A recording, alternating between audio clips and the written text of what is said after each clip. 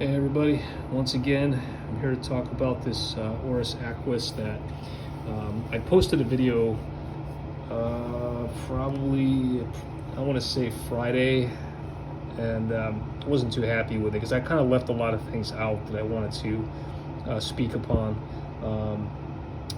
this really has, I mean, the original video that I put out was the AQNaut strap adapters for the Oris Aquis, and I did want to talk about some more specifics.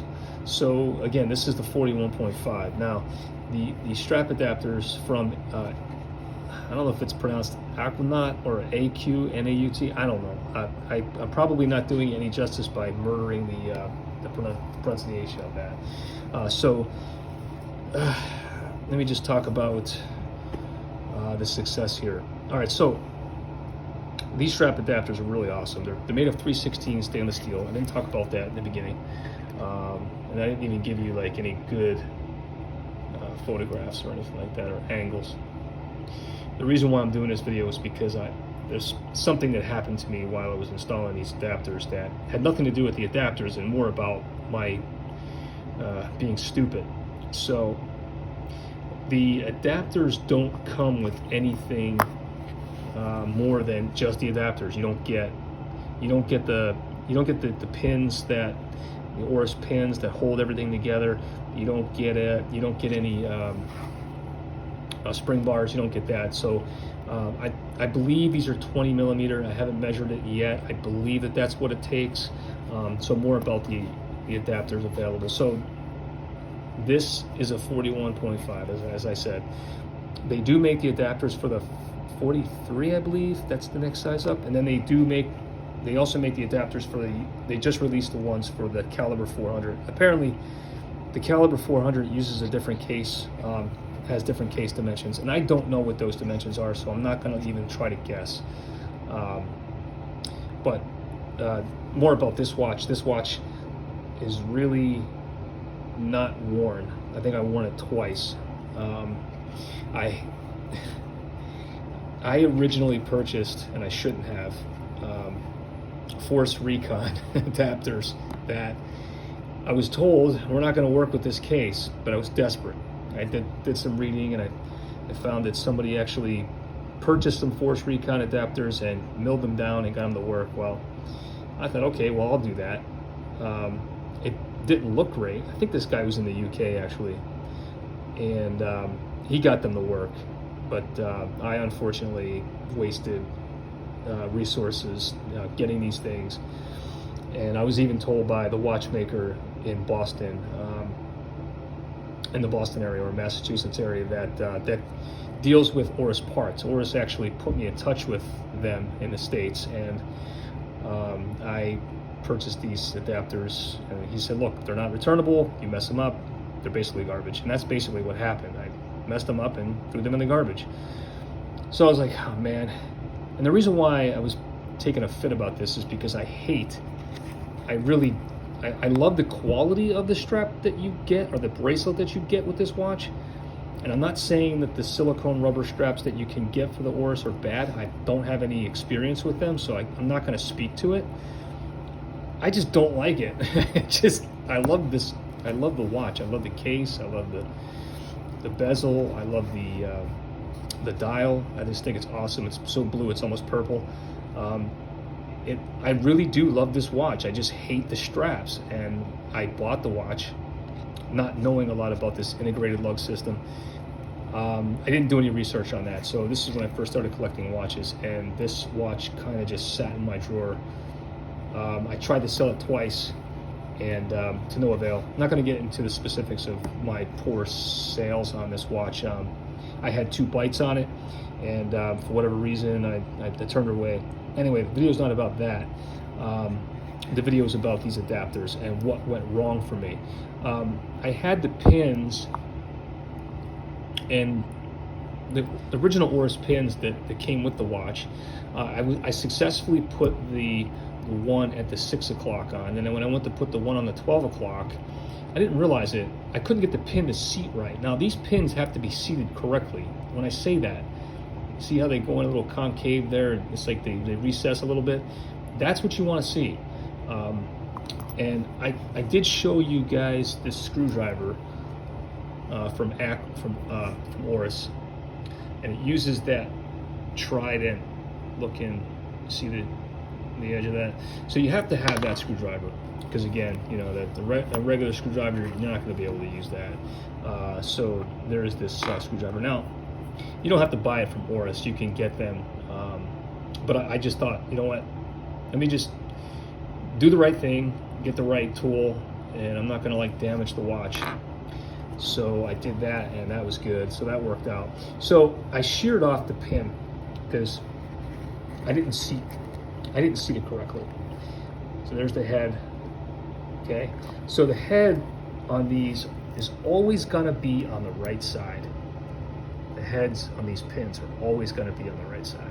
Just keep that in mind. So on the left side, when you seat it in, the pin has kind of like a flat, it's not a notch, but it's kind of like a flat surface that I believe the flat surface is up. So it's up towards the bezel. It's like it's on top. So when you put the pin in, make sure that the pin is facing with that flat surface up. And it should seat, I got this to seat like right away. So that's my lesson learned. It's a great watch. I love this watch. And I ordered a NATO strap, and I'll talk about that. I didn't get it yet. It is from a company in Georgia. The guy makes these straps in the States, and they're, I'll show you. This is my my strap from the watch store. Now this one is called the Minimalist because it doesn't use a lot of, the fabric doesn't travel under the watch case. But for this watch, I got the single pass. Because the reason being is because I thought that the adjustability, I have a 7-inch wrist. Now when you order the straps from them, you have to put your wrist size in. That helps. I have heard that their quality is just about where Erica's, or either 1-on-1 to Erica's, or maybe just a little bit under. I don't have any experience with Erica, so I can't really speak to that. I've heard nothing but great things about their straps. It's kind of expensive, and the price of the ones from the watch store. The guy's in Georgia, in the U.S., and I think he gets about $25, $29, something like that.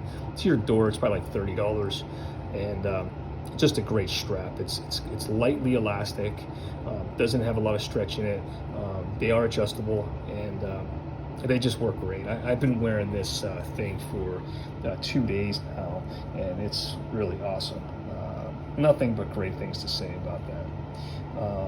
And you know, in the summertime, I like to use NATOs, where in the winter I tend to go to bracelets. So for this watch, I'm not going to try to put a bracelet. I'm not going to go back to the bracelet. I'm only going to keep the NATOs on this one.